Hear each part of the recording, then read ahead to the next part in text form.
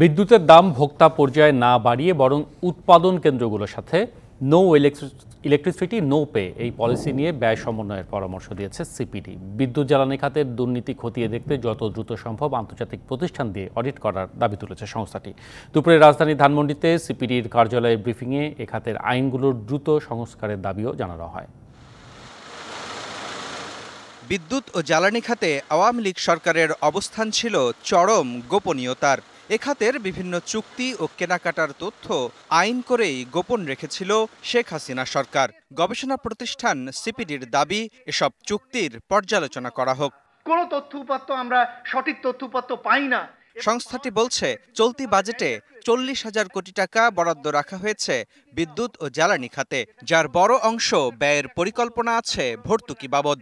আর এ অর্থ সংস্থানের পরিকল্পনা ছিল বিদ্যুতের দাম বাড়িয়ে, তবে সিপিডির পরামর্শ দাম বৃদ্ধি না করার। এবারের বাজেটে কিন্তু ধরেই রাখা হয়েছিল যে বিদ্যুতের মূল্য সমন্বয় করা হবে এবং 4 বার করা হবে, এরকম ধরনের আইনি কাঠামো রয়েছে। আমরা মনে করি যে সেটা নো ইলেকট্রিসিটি নো পের মাধ্যমে যদি বিদ্যুতের চুক্তিগুলো পুনর্মূল্যায়ন হয়, তাহলে এটা অধিকাংশটি থেকেই আমাদের এই সাবসিডি বার্ডেনটা কমে আসবে। এটার দায়ভার ভোক্তাকে নিতে হবে না। ঢালাইয়ের দৃঢ়তা, নির্মাণে নিশ্চয়তা, প্রিমিয়ার সিমেন্ট, ঢালাইয়ের রাজা। টেকসই জ্বালানি খাত প্রতিষ্ঠায় নবায়নযোগ্য জ্বালানির ব্যবহার বৃদ্ধিতে পরিকল্পনা নেয়ার তাগিদও দিচ্ছে সিপিডি।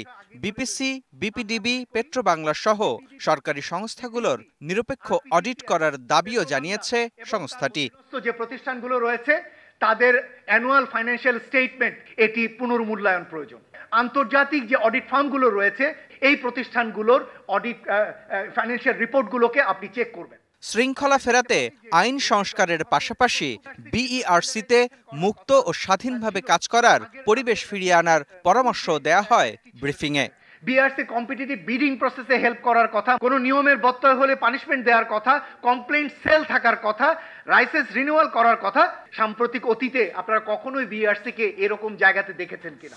সরকার পরিবর্তনের সঙ্গে সঙ্গে জ্বালানি নীতিতে যেন পরিবর্তন না হয় তা নিশ্চিতে কঠোর আইন করার পরামর্শ দিয়েছে সিপিডি।